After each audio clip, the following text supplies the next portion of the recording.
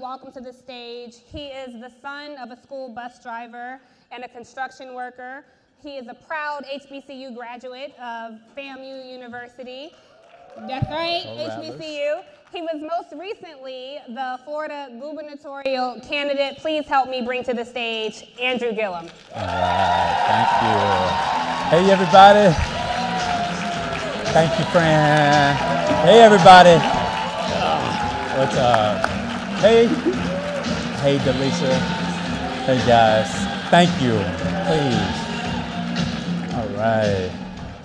All right. Good afternoon. Good afternoon. Thank you for being everybody. here. I know y'all are eating. I hope you are enjoying lunch. So I know we have very limited time, so we're going to hop right into it. I understand a certain senator had a lot to say this morning, so we're going to get right into the conversation as you guys enjoy your lunch. So I just want you all to know that I have been given permission to call him Andrew. I'm not taking such liberties as certain Republican candidates did on the campaign trail. So I'm going to refer to my good friend here as Andrew today. So Andrew, because we don't have a lot of time, I want to hop right into it. As you know, I watched your campaign very closely on the trail. And I think so often when people talk about what it means to be electable, they think about appealing to white swing voters, which I would argue may not exist these days. You know, if you're a swing voter, you kind of know where you stand in this time with the Trump administration. You redefine that. You challenge people to say that maybe being electable means energizing communities of color. Maybe being electable means appealing to younger voters who are not happy with the way that the country is going. So can you kind of walk us through your campaign apparatus and how you were able to organize on such a grand scale in the largest battleground state in the country, Florida? Got it. Well, I appreciate that. And again, good afternoon to everybody. And Tiffany, it is good to be here with you. And I see, for the faces that I can see, some very familiar faces amongst those of you in the audience. And to accept your premise around sort of redefining what it meant to run in a swing state, I will tell you that a lot of folks in my state, in the state of Florida, and I think it's probably true around the country, surmise that in order to be competitive in a state like Florida, that we have to put up our most conservative version of ourselves, that we've got to find the candidate who is just a little less offensive, a little more like what might be the majority of the population, and someone who might otherwise, if you will, tiptoe around some of the more divisive issues. So, for instance, I leaned into the fact that I believe that stand your ground has no place in civilized society and ought to come off the books in my state. I leaned into climate change and the fact that it's a real threat to the future of the state of Florida. I leaned into criminal justice reform and healthcare as a right and not a privilege. And I want you to know that for the first time since 1994, a Democrat got closest to being governor of the state of Florida by a difference of 0.4%. So if there's a, and I got to tell you, it feels obviously a little bit tough as a person who's really competitive to celebrate or in any way acknowledge what it means when you didn't walk across the line as the victor.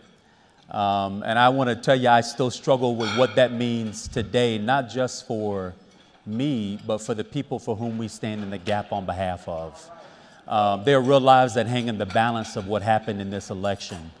But if there are some upsides, it is that Florida flipped 2 seats that were previously Republican in Congress to Democrat. If there are bright lines, we saw some pickups in the legislature. If there are bright lines, and you heard from Desmond a little bit earlier is the fact that Amendment 4 passed and now 1.4 million people have access to the ballot box. And that was because of hard work done by everyday folks who, again, understood what was at stake, and a really brilliant campaign. And so even though I didn't get the opportunity to walk across the finish line as the next governor of the state of Florida in my transaction, there were a whole set of other transactions that happened that I believe makes Florida the kind of state that in 2020 could absolutely go blue, and we see a more representative democracy. So you brought up Amendment 4, and as I was watching the polls come in, I found it really interesting that there were people who voted for Amendment 4 but did not vote for your candidacy. Why do you think that is? Well, first of all, I think the campaign... Well, we should tell people first, I'm sorry, what Amendment 4 is. That's right. Amendment 4 was a ballot initiative to the amendment to the Florida Constitution that, through its passage, set in motion the opportunity for 1.4 million people to have their rights, previous folks with felony convictions, to have their rights restored. And if our understanding is correct, January 8th will begin the process of registering to vote and participating again in the process. Florida was one of the few states where if you had a felony conviction, your right to vote was permanently stripped from you, and you had to go and sit before the governor and the cabinet to beg to have your rights restored. Obviously, a serious and a real injustice. Desmond, and through the hard work of volunteers and an amazing organization that they built, and many of you all who poured into that effort, that amendment was successful in passage. Now, one, I got to give credit to those who worked that amendment, and I think that was extremely important.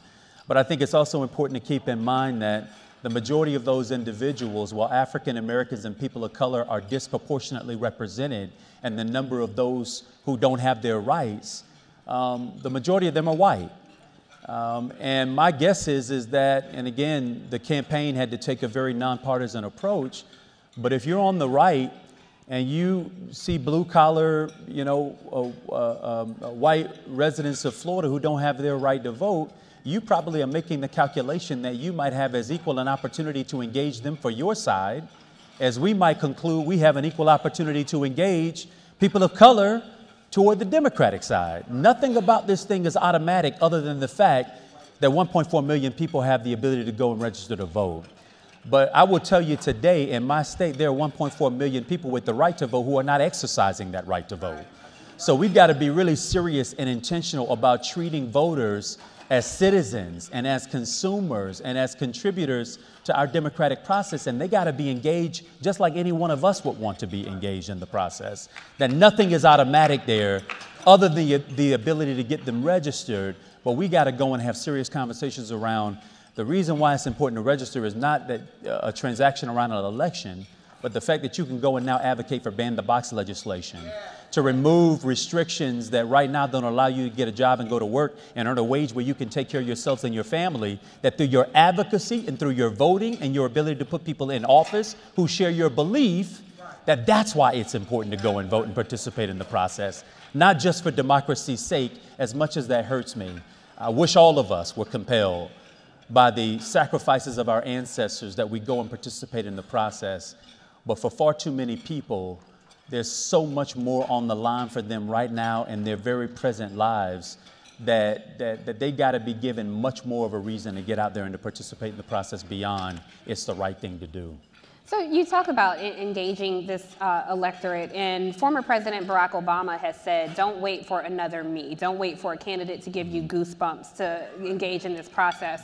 You actually gave people goosebumps in Florida. I've talked about your campaign numerous times on air, and there were people who came out, and there was a new electorate of people who voted for you. And I think even though when we look at this in the macro, that the House won 40 seats and now Democrats have control, at least on the lower chamber in Congress, there are people who were emotionally attached to your campaign. There were people who were emotionally attached to Stacey Abrams' campaign, Beto O'Rourke's campaign. And so there are still some people who feel emotionally defeated in this process. Yeah. Two questions. One, what do you say to those people? And two, talk specifically to this room full of organizers and activists, how you were able to tap into and encourage this electorate in Florida and get some of the people who were new to the election process to the ballot box. Yeah, so first of all, I don't know if anybody was more emotionally attached to this thing than I was. And as I admitted, when I got on the stage, it still hurts, but not for, I think, some of the reasons that we might think it hurts. Everything that I talked about on the campaign trail, I tried to make as relatable and personal to my lived experience as I could. As Tiffany said when I came out here, my mother drove a school bus for the Miami-Dade school system, and my dad was a construction worker. And when construction work got slow in Florida and in Miami where we were growing up, my dad would sell fruits and vegetables on the street corner. My mother, when Florida got rid of summer schools, she became a presser in the dry cleaners up the street from the house. There's 7 head of kids, my mother and father. I'm number 5 of 7, and the first of my siblings to graduate from high school and the first to graduate from college. I know what it means in a real way to see intergenerational poverty disrupted thanks to a good public education. So when I got out and talked about paying teachers what they're worth, when I talked about what it meant to watch my mother and father trade between which bills they could pay before something got cut off, when I talked about what it meant to have to wait for the free dental clinic to come through the neighborhood in order for us to have our teeth cleaned, as a reason as to why it is that healthcare ought to be treated as a right and not a privilege, not because my parents were lazy or because they didn't care or because they wanted somebody to give them something. They got out there and worked every single day. They did everything that they could to make a way for me and my siblings. And so if folks felt emotionally connected, I think it was because I wasn't shy about sharing what my lived experience was. I wasn't embarrassed about what it meant as a kid spending brown money and red money and off-color green money, which was known as food stamps. There's now a debit card. So much different than going to the grocery store with those brown dollar bills, right? But I remembered that, and I tried to put it into a context that I felt like whether or not you shared that experience the same way I did, that maybe if it was illuminated for you, not in some talking head on a TV screen, and not in somebody's ragtag commercial trying to describe who I was and what my lived experience was, but if you heard it from me, that maybe you might have a different humane connection to it. And that even if you don't agree with me hook, line, and sinker on every issue, you might believe that I might be worth my salt.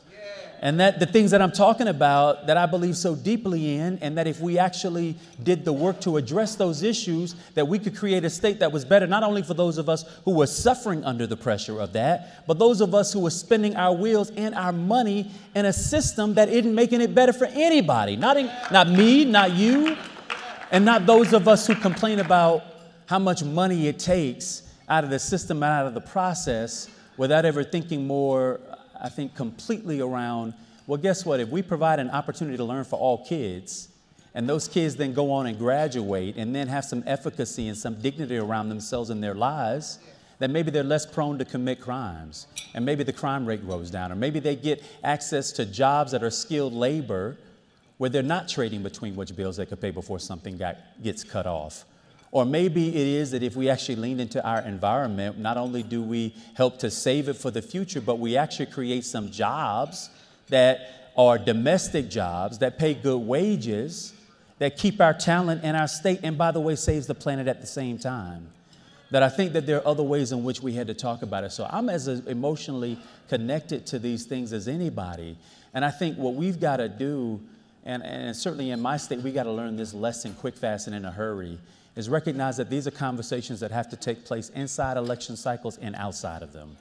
That for me to be responsible as a candidate with 2 months' time to go from 0 to 100%, to start a conversation in a community that hadn't seen us, hadn't heard from us, don't know us, don't know what Democrats think, what we believe, and all of a sudden to be able to hook them and turn a miracle on election day. The truth is that this stuff is hard.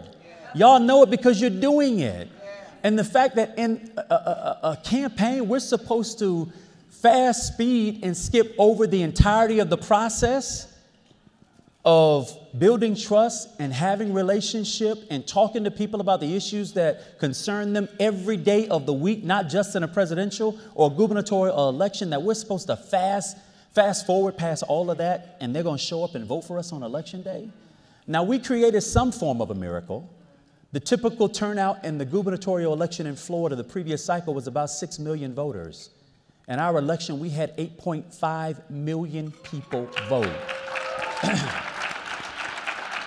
We saw near presidential level turnout in the state of Florida. And we saw that also in other states around the country.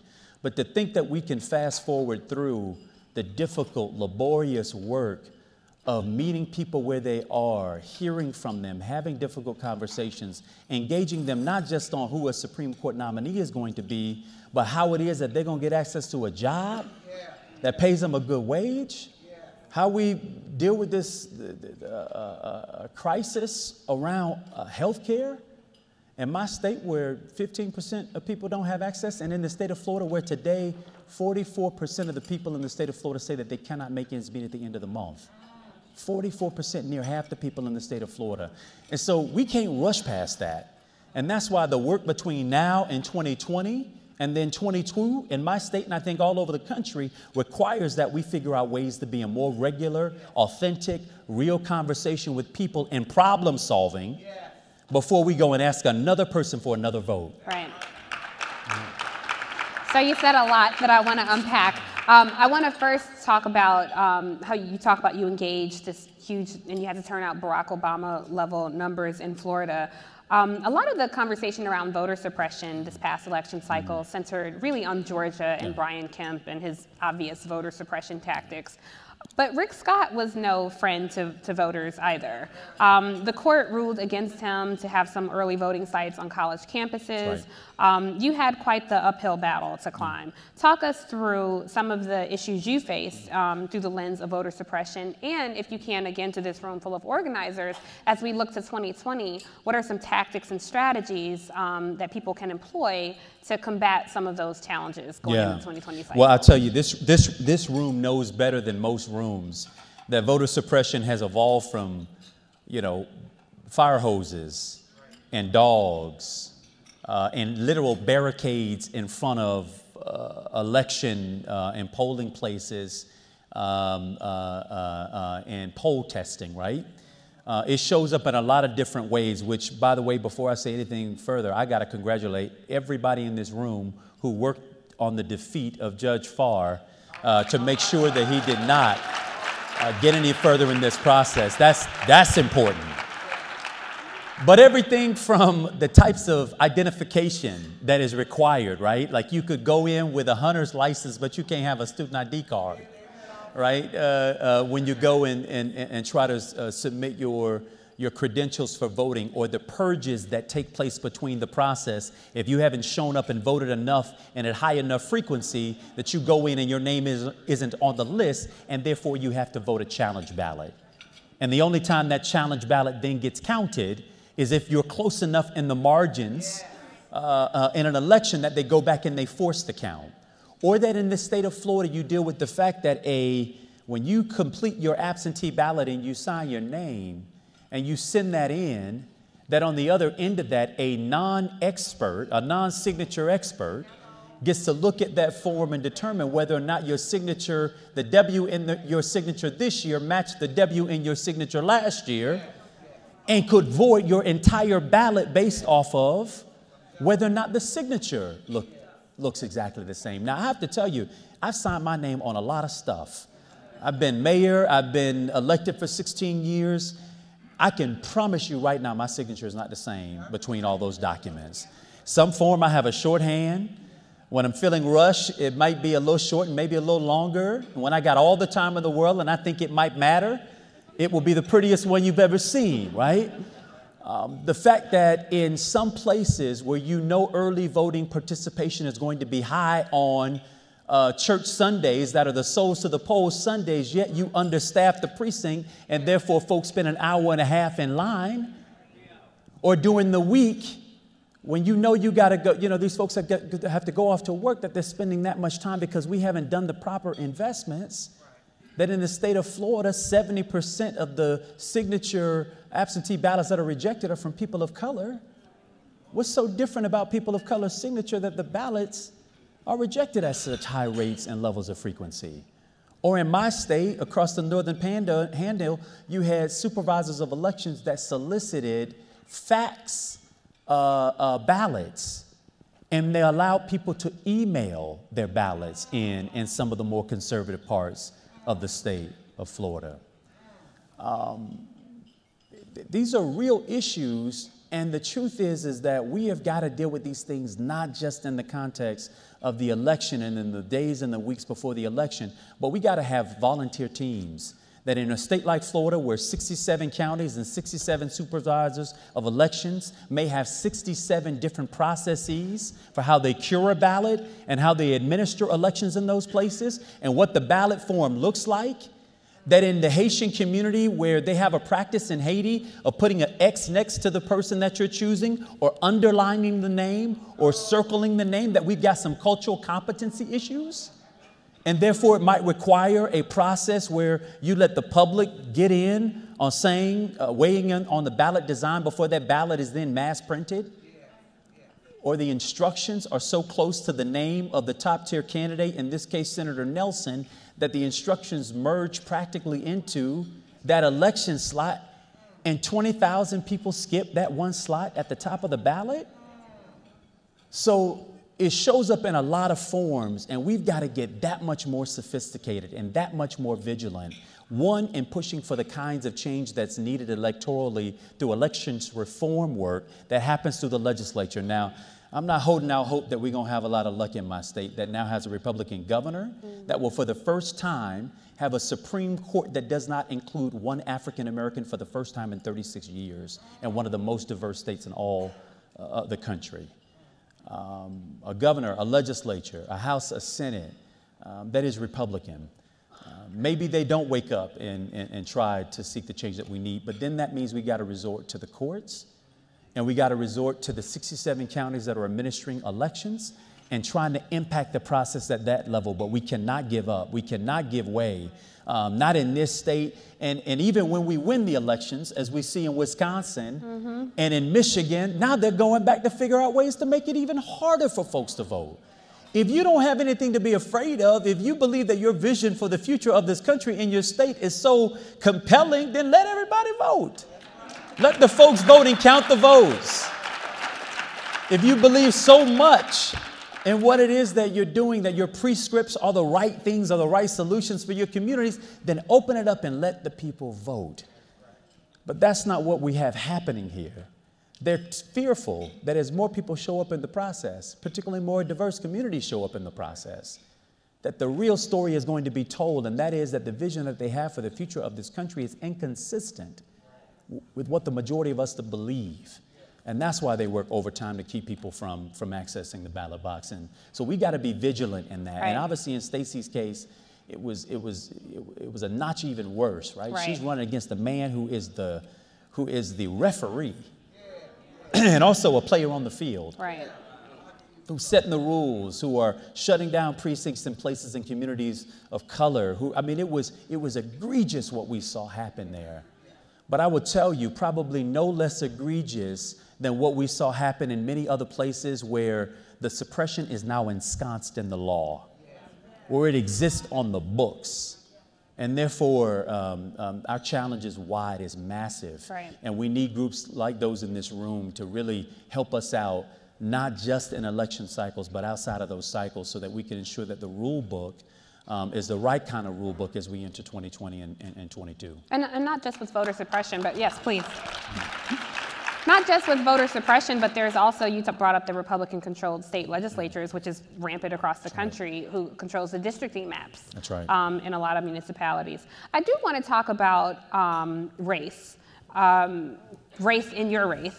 So my race? Yes, I'm black. I don't want to monkey up the conversation, but yeah. So one thing that I've been asked that makes me want to pull my hair out is, Tiffany, did Andrew Gillum talk about race too much on the campaign trail? Which, makes me want to scream, because it's a challenge to me that the onus is on you. As I recall, I covered your campaign, watched it very closely. You never injected race until Ron DeSantis did. So as we look at race going into 2020, the rising majority of the country are demanding that people's campaigns be diverse and reflect the country. When we look at Florida, or actually when we look at the macro of the country, a lot of people are saying, the Trump administration is losing suburban white women. Well, not really. I mean, 49% remain very loyal to the Republican Party and to the country, and we should acknowledge that.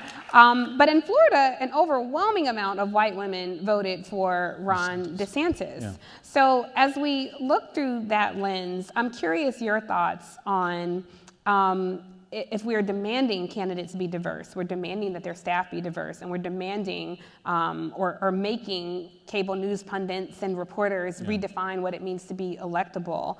I'm curious, as you look back on your campaign and look ahead to 2020, how can candidates navigate the issue of race on a local level and a federal level and a national level?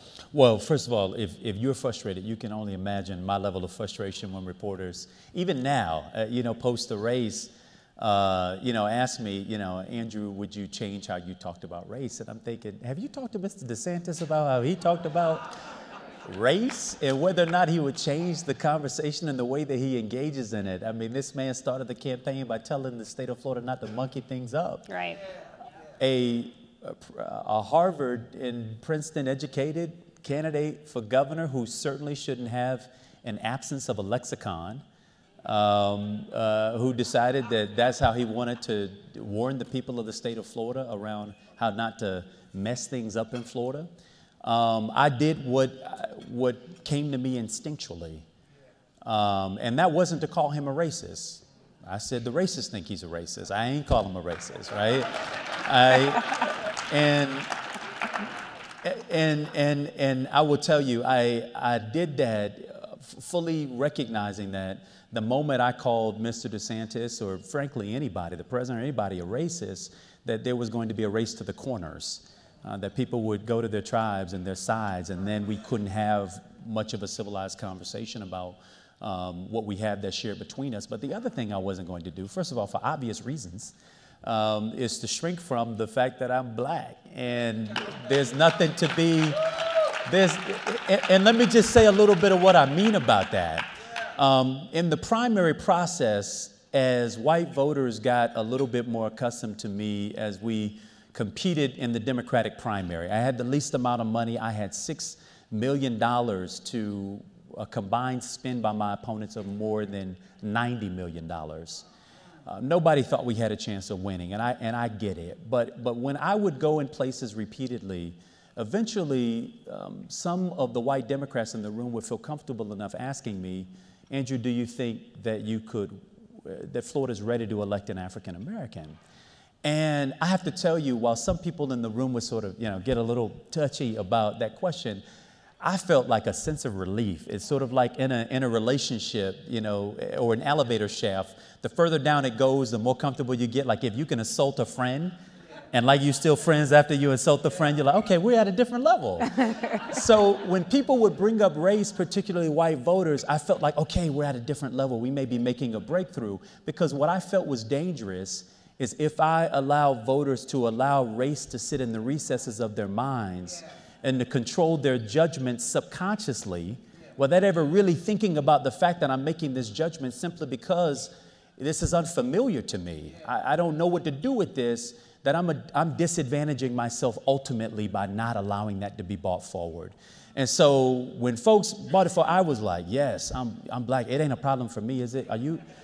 Because if we are good, then we can go on to the fact that these folks are robbing us blind and taking away our health care and destroying our environment and are criminalizing your kids and mine together.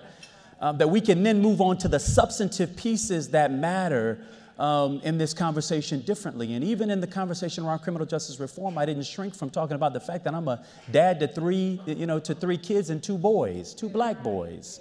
And the fact that the reason why I got to get so animated around this issue of open season being declared on our young black men, particularly in my state, is because this has a direct impact on me. And so I just think the way we have to deal with it, let's be honest about it. Don't be contrived. Don't make it more complicated than what it is. We can address it, and then we can sort of move on to the other many dimensions that make me a candidate that I believe is the best candidate to help move this state forward for blacks, for brown folks, for white folks, and everything in between, right? There are other things that we can get to. But with the president, when he calls me a thief and calls Stacey unqualified, those aren't, what he's doing is attempting to sow a seed of already built-in sort of subjective bias that exists in people's minds. And so we can't let that stuff sort of go unchecked and not bring it up. And I think you can do it in a helpful way. I think you can do it in a non-toxic way. The president is good at throwing punches. And one of the things I wanted him to know was I was prepared to punch back. He spent more time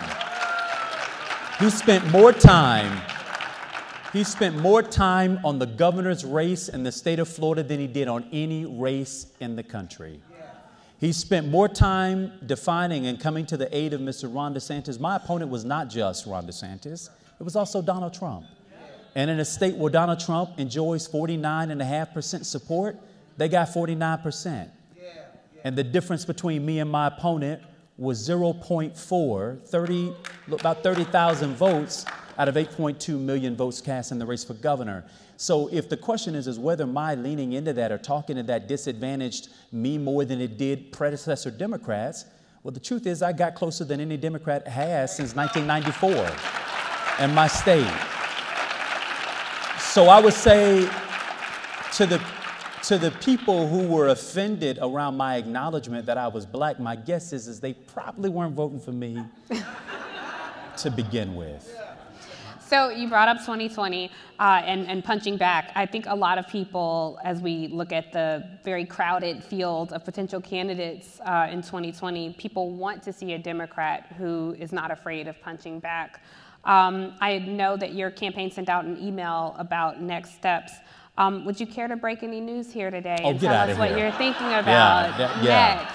Yeah, the news that I'm breaking is I plan to stay married to my wife.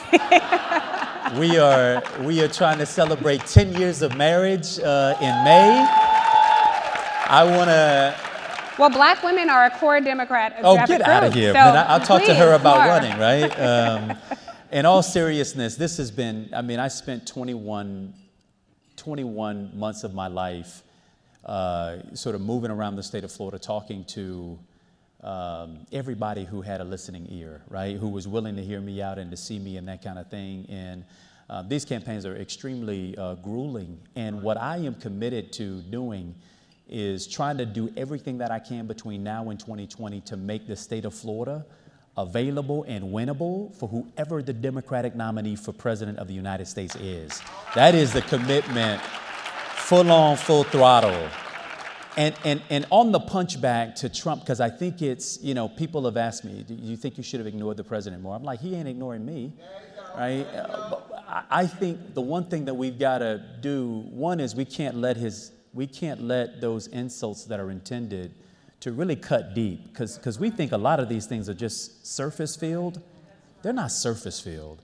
He's talking to a constituency. He is talking directly past us into the heart, the soul, the guts of some folks, that if they don't hear a disruptive, message that sort of contradicts what he's saying or the seed that he's trying to plant, that thing can sit there and it can grow, it can blossom in the minds of voters. And so I do think it's important to chop it off where we possibly can.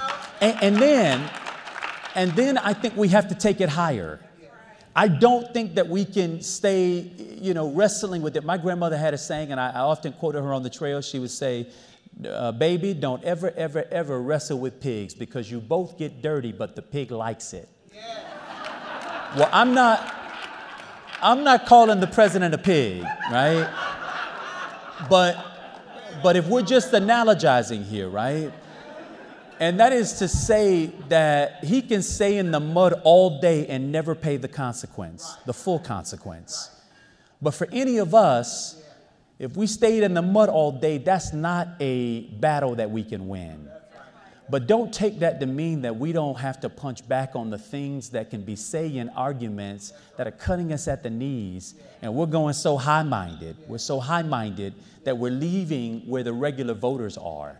We're leaving them behind. We got to go to them, and then we got to kick it higher. Yeah. The president is a disaster, and now let me tell you what we're going to do to make it better for all of us, right? Let's be willing to make that pivot.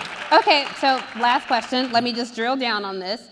It doesn't sound like you have an announcement to make, but if asked to, because your race became a national race, so as you look at this field of candidates, if asked to join a ticket, are you open to that? Lord have mercy. Listen, you really want me divorced? I don't. We want you to stay married. We need that black woman vote. So we want you to stay married to your black wife. We do. Let me tell you, you bad. Like I said, what I am committed to doing, and this is important work. One of the mistakes of, I think, party nominees in my state in the past, and I think this probably exists in a lot of states, is that when we aren't successful, we pack up and then we move on to our next life. And I get why, let me tell you, after 21 months, I get why people are like, I gave you everything that I had and then some, and you said, no, I'm out of here. Right? But that's not the conclusion that I draw. The conclusion I draw is that we've got to be in a real relationship with voters. And what that means is that is not just inside of an election cycle, that's also outside of it. And so what my hope is that in Georgia and in Texas and in Florida, but also in Michigan and in Wisconsin, and in all these states whether we saw success definitively, meaning we won, or whether we saw gains, that we're all going to spend the time and the effort and the energy on cultivating those gains so that we can flip this thing over the long haul. That's the thing that we've got to do. All right. I'm committed to that. Thank you.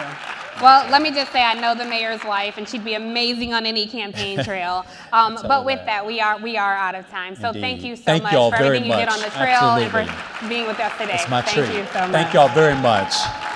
Thank you. Thank you, sis. I appreciate that very much so. Thank y'all very much.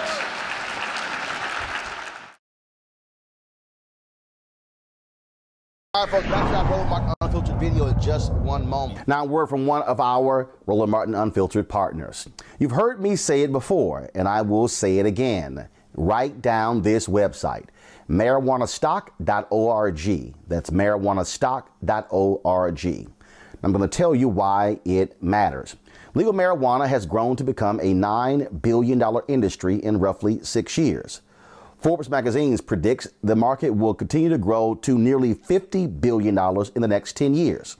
So whether you like it or not, legal marijuana is a growing industry, and it is only going to get bigger. Now, if you're an investor, you get it. You look for business models that are easy to understand in industries that are trending up. Our friends at Transatlantic Real Estate made their business very simple. They buy land that supports legal marijuana operations and lease it to high-paying tenants. So you are investing in the landlord of a licensed marijuana farm. Stop working so hard for your money. Let your money start working for you by investing in the legal cannabis industry.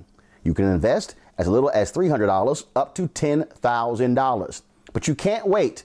This crowdfunding opportunity is only available for a few more days. They say that you either make things happen, watch things happen, or sit around wondering what happened. Don't be the person watching and wondering. Don't let another investment boom get away from you. It's time to make something happen for you, your finances, and your family. And don't forget my pro tip. To be included, you must complete and confirm your application.